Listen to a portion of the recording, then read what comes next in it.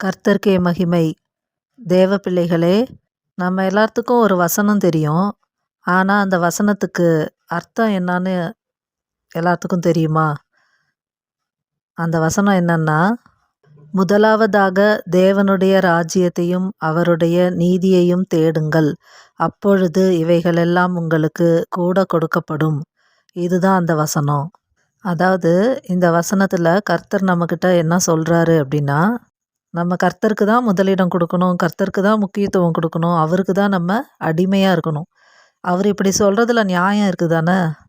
என்ன நியாயம் இருக்குது அப்படின்னா, நமக்கு நம்ம மனிதர்களாகிய நம்ம ஒவ்வொருத்தருக்கும் சகலத்தையும் கர்த்தர் தான் கொடுத்தாரு. நமக்கு ஆவி, ஆத்துமா, சரீரம், அதுக்கப்புறம் நம்ம உறவுகள், சொத்து, சுகம் எதுவாக இருந்தாலும் சரி, கர்த்தர் தான் நமக்கு கொடுத்தாரு. நமக்கு பலன், ஆற்றல், திறமை எதுவாக இருந்தாலும் கொடுத்தவர் கர்த்தர் தான்.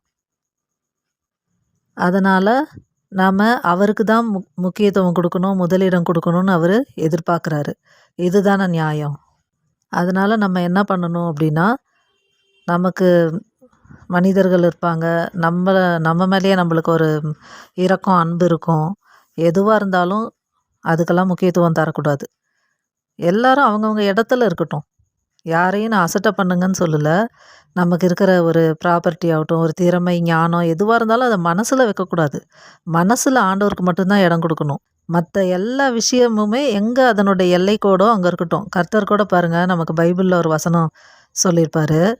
அவர் கடலை உருவாக்குனப்ப தண்ணியை வந்து வெட்டாந்தரையாகவும் கடல் தண்ணியாகவும் பூமியை வந்து அவர் பிரித்தார் இல்லையா. அப்போ வந்து அவர் சொல்லியிருப்பார், ஒரு இந்த எல்லைக்கோடுக்கு மேலே நீ வரக்கூடாது அப்படின்னு கடல் அலைக்கிட்ட சொல்லியிருப்பார்.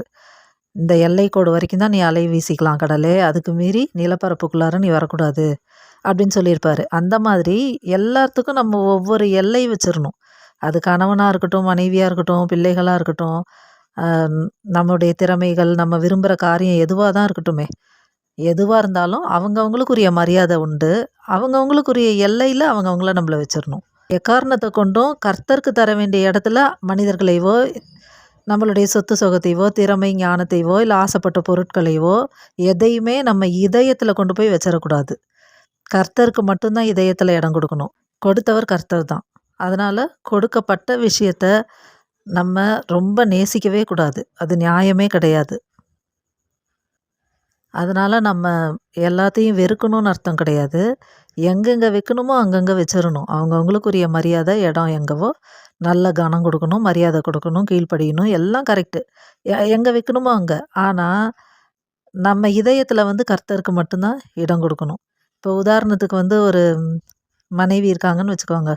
அவங்க வந்து இல்லை, நான் இதயத்தில் என் கணவருக்கு தான் என் ஆத்மாவில் இடம் கொடுப்பேன், என் மனசு ஃபுல்லாக நான் அவருக்கு தான், என் மனசில் அவர் இருக்கிறாரு, அவருக்கு தான் நான் அடிமை அப்படின்னு அவங்க நினைக்கிறாங்கன்னு வச்சுக்கோங்க. அது நியாயமா? அந்த கணவன் எப்படி அந்த மனைவி மேலே அன்பு கூர்ந்தாங்க? அந்த மனைவின்னு ஒரு ஆவி, ஆத்மா, சரீரம் உள்ள ஒரு மனுஷியாக இருக்கவும் தானே அந்த மனுஷி சின்ன குழந்தையிலேருந்து பிறந்து அவங்க வளர்ந்து, அதுக்கப்புறம் அவங்க பேரண்ட்ஸ் அவங்கள கல்யாணம் பண்ணி கொடுத்து, அதுக்கப்புறம் தானே அவங்கள வந்து அந்த கணவர் நேசிக்கிறாரு. ஆனால் அந்த சிருஷ்டி கர்த்தரே நம்ம ஆண்டவர் தானே. அப்படி இருக்கிறப்ப நம்ம எல்லாவித நன்மைகளோடு இருக்கிறப்ப தான் அந்த கணவனின் அன்பு மனைவிக்கு கிடைக்கும். அதே மாதிரி தான் மனைவியினோட அன்பு கணவனுக்கு கிடைக்கும். அந்த கணவனையும் அந்த பையன் சின்ன வயசுலேருந்து பிறந்து வளர்ந்து ஆளாகி ஒரு வேலைக்கு போய் சம்பாரித்து அதுக்கப்புறம் தானே அவங்கள அந்த மனைவி நேசிக்கிறாங்க. ஏதோ ஒரு எல்லாம் ஃபுல்ஃபில் ஆனதுக்கப்புறம் மேலோட்டமாக தானே நேசிக்கிறாங்க. எதுவுமே இல்லாதப்ப நேசிக்க முடியுமா? எல்லா வித தகுதியும் இருக்கிறப்ப அதை நேசிக்கிறப்ப நல்லது, நேசிக்கிறது நல்லது. ஆனால் அதுக்காக கடவுளோட இடத்துல நம்ம வச்சிடக்கூடாது இல்லையா. அதனால் அவங்கவுங்களுக்குரிய மரியாதை, அன்பெல்லாம் நம்ம செலுத்தணும். எக்காரணத்தை கொண்டும் கர்த்தரை விட அதிகமாக நம்ம யாரையும் எதையும் நேசிக்கவே கூடாது. கர்த்தருக்கு தான் முக்கியத்துவம் கொடுக்கணும், கர்த்தருக்கு தான் முதலிடம் கொடுக்கணும். இதுதான் கர்த்தருடைய ராஜ்யத்தையும் அவருடைய நீதியையும் தேடுறது. இதில் தானே ஆதாம் தப்பு செஞ்சார். என்ன தப்பு செஞ்சார்? கொடுத்த ஆண்டவரை விட கொடுக்கப்பட்ட ஒரு ஏவாளை அவர் வந்து நேசித்தார். அது ஏவாளாக இருக்கலாம், யாராக இருக்கலாம், ஏதோ ஒரு என்ன விஷயமா இருந்தாலும் சரி, கொடுக்கப்பட்டது தானே. அதனால் கொடுத்த ஆண்டவருக்கு தான் மரியாதை கொடுக்கணும், முதலிடம் கொடுக்கணும், நம்ம அடிமையாக இருக்கணும். மற்ற எல்லாத்துக்கும் மதிப்பு கொடுக்கணும். ஆனால் ஆண்டவரோட இடத்துல அவங்கள வச்சிடக்கூடாது. நம்ம யாருக்கும் அடிமையாகக்கூடாது. கர்த்தருக்கு மட்டும்தான் அடிமையாகணும். அதை தான் ஆண்டவர் எதிர்பார்க்குறாரு.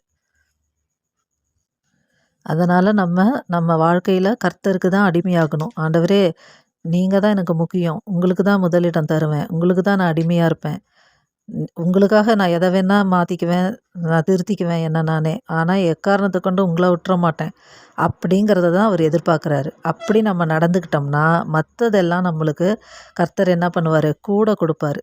நமக்கு என்னென்ன தேவைன்னு அவருக்கு நல்லாவே தெரியும். அதனால தான் அவர் என்ன சொல்கிறாரு ஒரு வசனத்தில், தாழ்மைக்கும் கர்த்தருக்கு பயப்படுதலுக்கும் வரும் பலன் ஐஸ்வர்யமும் மகிமையும் ஜீவனுமாம் அப்படின்னு சொல்லியிருக்காரு. அப்போ தாழ்மைனா என்னது, கர்த்தர்கிட்ட நம்ம தாழ்ந்துக்கணும், அதுதான் தாழ்மை. தாழ்மைனா என்னது, அவரோட வசனத்துக்கு கீழ்ப்படியணும், அதுதான் கர்த்தர்கிட்ட நம்ம தாழ்ந்துக்கிறோம் அப்படின்னு அர்த்தம். கைகூப்பி இப்படி முழங்கால் படியிடுறதும் ஒரு தாழ்மை தான். ஆனால் கிரியை இருக்கணும். அந்த கிரியை என்னன்னா அவருடைய வசனத்துக்கு கீழ்ப்படியணும். அதனால் கர்த்தரே, நீங்கள் தான் எனக்கு முக்கியம், என் இதயத்திலேயும் உம்மை தவிர வேறு எவருக்கும் இடமில்லையே அப்படின்னு ஒரு பாட்டில் வரும், கிறிஸ்தவ பாட்டில். அந்த மாதிரி நம்ம வாழணும். அப்படி நம்ம இருந்தோம்னா அவருக்கு நல்லாவே தெரியும் நமக்கு என்ன தேவை. ஐஸ்வர்யம் தான் ஃபஸ்ட்டு தேவை, பணம் தான் தேவை. அடுத்தது மகிமை தேவை, நமக்கு ஒரு பேரு புகழ் இதெல்லாம் இருக்கணும். அடுத்தது என்ன தேவை, ஜீவன் தேவை. ஜீவன்னா என்னது, ஹெல்த்து, நம்ம குடும்பத்தில் எல்லோரும் நல்லா இருக்கணும், நம்ம எல்லா வித சௌக்கியத்தோடு இருக்கணும், அதுதான் ஜீவன். ஸோ இது மூணுமே நமக்கு தேவைன்னு கர்த்தருக்கு நல்லா தெரியும். அதனால தான் கர்த்தர் என்ன சொல்கிறாரு, நீ தாழ்மையாகவும் கர்த்தருக்கு பயப்படுதலும் இந்த 2 காரியத்தையும் நீ செய்ய, இதெல்லாம் நான் உனக்கு தரேன் அப்படின்னு அந்த வசனத்தில் நமக்கு உறுதி கொடுக்குறாரு. தாழ்மைக்கும் கர்த்தருக்கு பயப்படுதலுக்கும் வரும் பலன் ஐஸ்வர்யமும் மகிமையும் ஜீவனுமாம் அப்படின்னு வசனம் இருக்குது. அதனால் நம்ம கர்த்தர்கிட்ட நம்ம தாழ்ந்துக்கிற பொழுது, அவருடைய வசனத்துக்கு கீழ்ப்படிஞ்சு நம்ம அவருக்கு முக்கியத்துவம் கொடுக்கும் பொழுது, அவருக்கு முதலிடத்தை கொடுக்கும் பொழுது, அவர் நமக்கு என்ன செய்வார், இவைகள் எல்லாம் உங்களுக்கு கூட கொடுக்கப்படும். ஏன்னா நீங்கள் முதலாவதாக கர்த்தருடைய ராஜ்யத்தை தேடுறீங்க, அவருடைய நீதியை தேடுறீங்க. அவர் இந்த நீதியை செய்யாதனால தானே ஆதாம ஏதேன் தோட்டத்தை விட்டு அனுப்பிடுறாரு. அப்போ இதுதான் நீதி. கர்த்தருக்கு தான் நம்ம முக்கியத்துவம் கொடுக்கணும், இதுதான் நீதி. இந்த நீதியை செய்கிறது இதே தான் ராஜ்யத்தை தேடுறதும். அவருக்கு பயந்து அவருக்கு கீழ்ப்படிஞ்சு அவரோட வசனங்களுக்கு நம்ம கீழ்ப்படியணும். முதலாவது ஒரே வார்த்தையில் சொல்லணுன்னா, கர்த்தருக்கு தான் நம்ம முதலிடம் தரணும், கர்த்தருக்கு தான் வாழ்க்கையில் நம்ம முக்கியத்துவம் கொடுக்கணும். இதை மட்டும் நம்ம செஞ்சோம்னா நமக்கு என்னென்ன தேவையோ அந்த ஐஸ்வர்யம் மகிமை ஜீவன் எல்லாத்தையும் கர்த்தர் கூட கொடுக்கப்படும்னு வாக்குறுதி கொடுத்துட்டாரு. அதனால் இந்த வசனத்துக்கு இதுதான் அர்த்தம். அதனால் இந்த வசனத்துக்கு இனிமேல் நம்ம கீழ்ப்படிந்து நடக்கலாம். கர்த்தருக்கே மகிமை. ஆமேன். ஹல்லேலூயா.